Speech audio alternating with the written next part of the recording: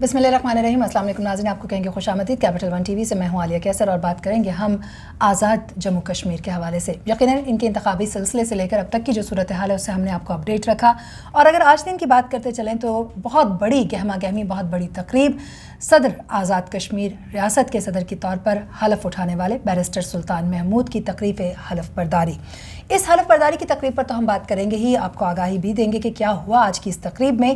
لیکن اس کے ساتھ ساتھ جو لوگوں کی گہما گہمی ہے, جوش و خروش ہے اس سے جڑا ہوا, اس پر بھی بات کریں گے. اور اس کے ساتھ ہی پی ٹی آئی کے حوالے سے بھی تھوڑی سی بات چیت ہم جاری رکھیں گے کہ کس طریقے سے ان کے مختلف اس وقت سیاستدان, بڑے اہم رکن یا اراکین جن کی طرف دنیا کی نگاہ اس وقت ہے, وہ کیا کرتے ہوئے ہمیں دکھائی دے رہے ہیں. اور آپس کے اندر جو ایک اختلافی نوٹ ہمیں دکھائی دے رہا تھا, کیا صدر کے حیثیت میں بیرسٹر سلطان محمود کے حلف لینے کے بعد وہ اختلافات اپنی جگہ پر برقرار رہیں گے اور وہ آنے والے وقت میں نقصان دہ ثابت ہو سکتے ہیں, یا پھر آنے والے وقت میں واقعی P T I Azad Kashmir میں ایک تاریخ رقم کرے گی.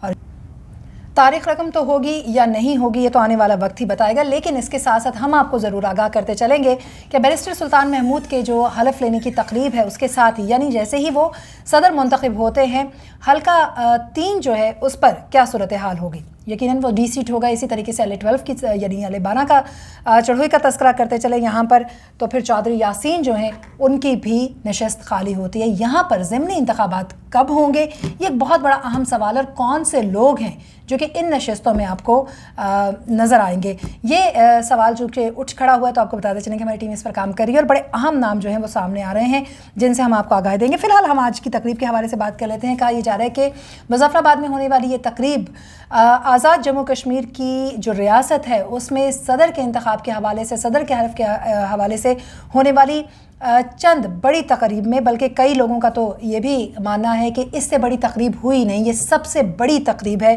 جو کہ ہوئی, جو کہ اس بات کی بھی غماس ہے کہ وہاں پر ایک منتخب شخص نے بحیثیت صدر اپنا حلف اٹھا لیا ہے. بیرسٹر سلطان محمود نے اپنے عہدے کا حلف اٹھایا. اور یہ بھی آپ کو بتاتے چلیں کہ آزاد جموں کشمیر کی صدارت کا حلف ان سے چیف جسٹس آزاد جموں کشمیر جسٹس راجہ سعید اکرم نے لیا ہے. اور جو سبکدوش ہونے والے صدر ہیں سردار مسعود خان, انہوں نے بھی تقریب حلف برداری میں شرکت کی. یہ بھی آپ کو بتائیں کہ پاکستان تحریک انصاف یعنی پی ٹی آئی کی جانب سے آزاد کشمیر کی صدارت کے امیدوار سابق وزیر اعظم آزاد کشمیر بیرسٹر سلطان محمود چودھری جو ہیں وہ 28ویں صدر منتخب ہوئے ہیں. انہوں نے 34 ووٹ لیے تھے اور ان کے مد مقابل جو متحدہ اپوزیشن کے امیدوار تھے میاں عبدالوحید, انہوں نے 16 ووٹ حاصل کیے تھے.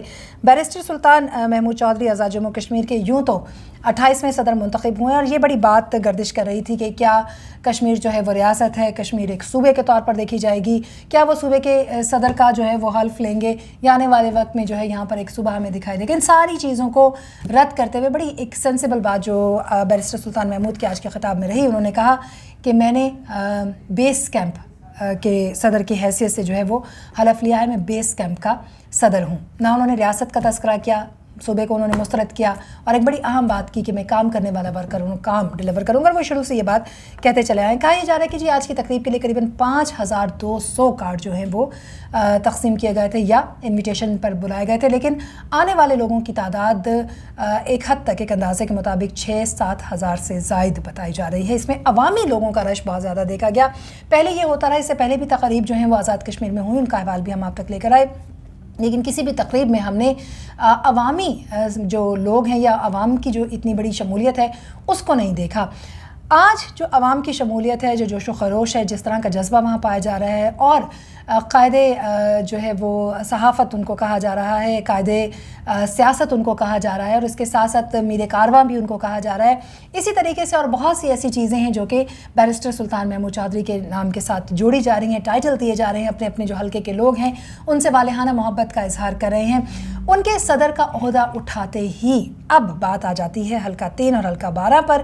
یعنی ظاہر ہے کہ بیرسٹر سلطان محمود بھی ڈی سیٹ ہوئے اور چودھری یاسین کی سیٹ بھی خالی ہوئی, اور وہاں پر جو اب لوگ آئیں گے یعنی حلقہ 3 اور 12 کو جو سنبھالیں گے وہ لوگ کون ہوں گے. اس کے ساتھ ساتھ یقیناً پی ٹی آئی کی جو کشمیر کی صدارت ہے اس کے حوالے سے بھی ایک بڑا سوال نشان جو ہے وہ سامنے آ رہا ہے کہ کیا دونوں عہدے جو ہیں وہ ایک وقت میں ان کے پاس رہیں گے یا پھر وہ ان سے ہٹ جائیں گے. اور جیسے کہ انہوں نے کہا کہ میں بیس کیمپ کا صدر ہوں, تو آنے والے وقت میں وہ کشمیر کے جو اہم ایشوز ہیں ان کو ریزالو کرنے کی طرف اپنی توجہ مرکوز رکھیں گے.